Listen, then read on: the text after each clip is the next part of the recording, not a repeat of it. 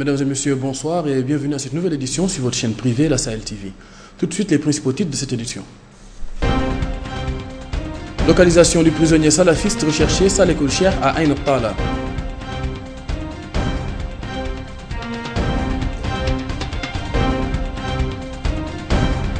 Séance plénière consacrée à la discussion de la déclaration de politique générale du gouvernement à l'Assemblée nationale.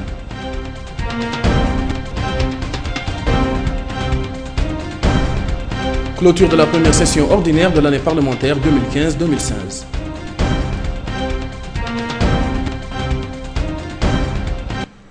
Mesdames et messieurs, bonsoir. Nous ouvrons cette édition par cette nouvelle qui vient tout juste de nous parvenir. La police a encerclé cet après-midi plusieurs maisons à Ain Tala au premier, après avoir intercepté un appel du terroriste Saleh Koulcher qui l'aurait passé à une dame propriétaire de Mahadra. Cette dernière a été mise aux arrêts. Le suspect, quant à lui, court toujours et serait armé. Rappelons que Saleh Koulcher s'est évadé le jeudi 31 décembre dernier de la prison centrale de Nouakchott, où il était incarcéré. L'homme activement recherché n'aurait jamais franchi la frontière et était présent à Ain Tala juste avant l'arrivée de la police. L'Assemblée nationale a tenu hier une séance plénière consacrée à la discussion de la déclaration de politique générale du gouvernement 2015-2016 présentée par le Premier ministre M. Yahya Ould Hadamine. Elle est à l'Abbas Cheikh Al-Hadrami pour les explications.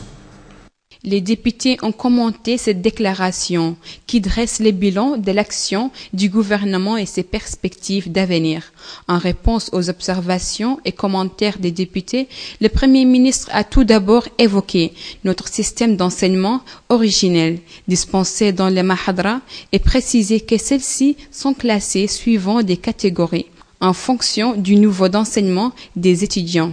Il a ajouté que le département des affaires islamiques avait effectué un recensement et demandé à certains mahadras non autorisés de régulariser leur situation pour se conformer aux procédures en vigueur en la matière.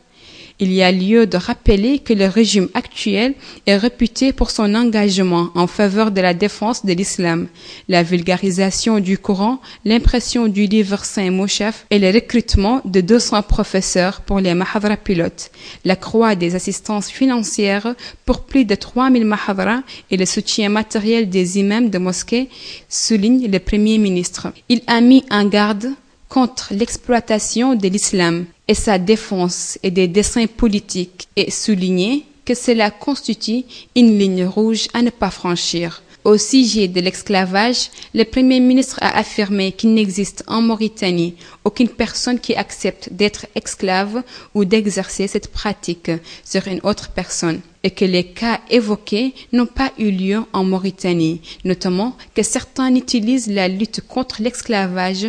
S'agissant du programme ML, le Premier ministre a précisé que le nombre et la qualité alloués à celui-ci sont bien maintenus dans le budget de 2016 et qu'il profite à 200 000 familles par l'offre des produits essentiels à des prix symboliques. Le Premier ministre a également précisé que le problème du manque d'eau à Kifa sera réglé par des nouveaux forages dans la localité d'Enteket, ce qui mettra fin à la soif de la vie. Nous restons au Sénat où la première session ordinaire de l'année parlementaire 2015-2016 a été clôturée également ce jeudi soir à Nouakchott. En présence de certains membres du gouvernement, l'événement a été marqué par un discours du président de cette chambre, M. Mohamed El Hassan Ould El Haj, dans lequel ce dernier souhaite que les composantes du paysage politique national progressent davantage sur la voie du dialogue inclusif, seul moyen, dit-il, efficace pour renforcer la démocratie et bâtir l'état des institutions auxquelles ils aspirent.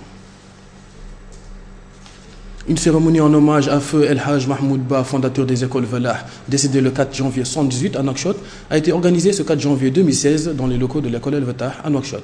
Un reportage de Fatima Tadé. Cette cérémonie d'hommage pour son 38e anniversaire a été marquée par la présence de plusieurs personnalités politiques, culturelles, scientifiques et littéraires, en plus d'un grand nombre de journalistes. Les parents du défunt et ses amis ont dans leurs interventions souligné les qualités exceptionnelles du disparu et le rôle qu'il a joué sur la propagation de l'islam et la langue arabe. Oui, je m'appelle Abou Bakri Ba, je suis le petit-fils du feu El Haj Mahmoud Ba. Nous sommes là aujourd'hui pour célébrer le 38e anniversaire du décès du feu El Haj Mahmoud Ba. Et c'est quelqu'un qui a œuvré l'islam ici en Mauritanie depuis une décennie. Donc c'est un marabout incontournable. Et comme vous le savez, nous sommes une famille unie. Et là, El Hadj Mahmoud Ba, il provient de Djowel. Donc c'est une famille djowloise. Donc c'est un Haalpulaar qui a œuvré, qui a voulu participer à sa manière, apporter une touche pour le développement de son pays. Au cours de cette cérémonie, des séances de Coran ont été organisées pour le repos de son âme. Les participants ont suivi des exposés sur la vie et l'œuvre de cet homme. Dans son intervention, son fils a loué ses efforts. C'est un homme qui a passé sa vie à lutter pour le développement de l'islam et la communauté musulmane. Il a fait tout son possible avant de mourir. Nous ferons tout pour continuer son œuvre, nous lance-t-il. Rappelons que Feu El Hadj Mahmoud Ba est le fondateur des écoles El Vella, arabe et islamique. Il a été le premier à introduire la langue arabe en Afrique de l'Ouest. L'actualité internationale en bref et en images avec Fatoumata Sodena. L'organisation État islamique EI vient de passer à la vitesse supérieure en Libye alors qu'aucune solution politique au chaos dans lequel le pays est plongé ne semble pouvoir enrayer sa progression à court terme. À Zliten, commune côtière située à 170 km à l'est de Tripoli, un camion-citerne bourré d'explosifs a ravagé un centre de formation de la police ce jeudi 7 janvier, causant la mort d'au moins une cinquantaine de personnes. L'attentat revendiqué dans la soirée par l'EI est le plus meurtrier jamais perpétré en Libye depuis la révolution de 2011. À Tombouctou, dans le nord-ouest du Mali, une ressortissante suisse a été enlevée hier par des hommes armés connus sous le nom de Béatrice. Elle vivait depuis quelques années dans cette ville où elle avait déjà été enlevée en avril 2012 par des islamistes armés. À l'époque, grâce à une médiation du Burkina Faso, elle avait retrouvé la liberté. À l'époque, la ville était aux mains des islamistes et l'enlèvement portait leur signature. Cette fois-ci, son enlèvement n'a pas été revendiqué, mais des sources sécuritaires voient derrière ce rapt la main des islamistes. Il pourrait s'agir aussi d'intermédiaires qui sous-traitent les enlèvements d'Européens dans le Sahel. 2 détenus yéménites de la prison américaine de Guantanamo ont été transférés au Ghana, a annoncé mercredi le Pentagone.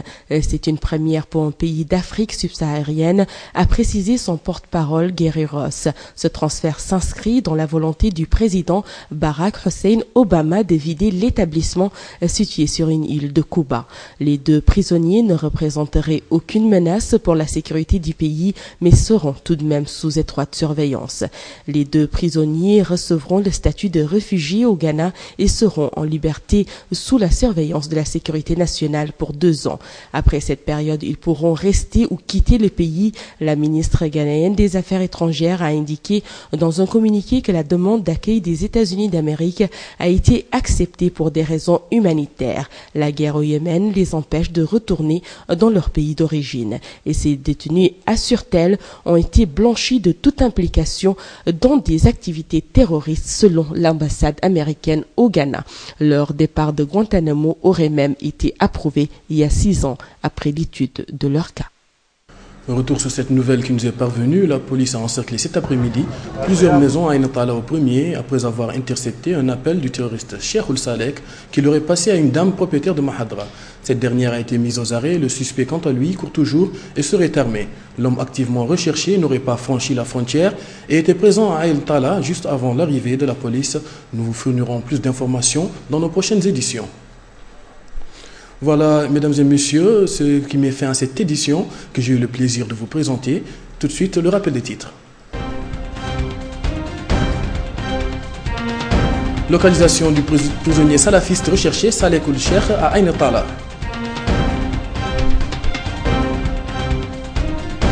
Séance plénière consacrée à la discussion de la déclaration de politique générale du gouvernement à l'Assemblée nationale.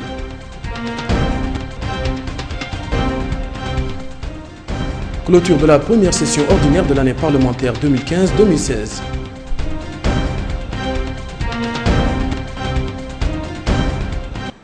Mesdames et messieurs, merci de nous avoir suivis. L'information continue sur notre site internet www.sahel.tv. Merci à toute l'équipe technique et rédactionnelle pour la confection de ce journal. Merci et au revoir.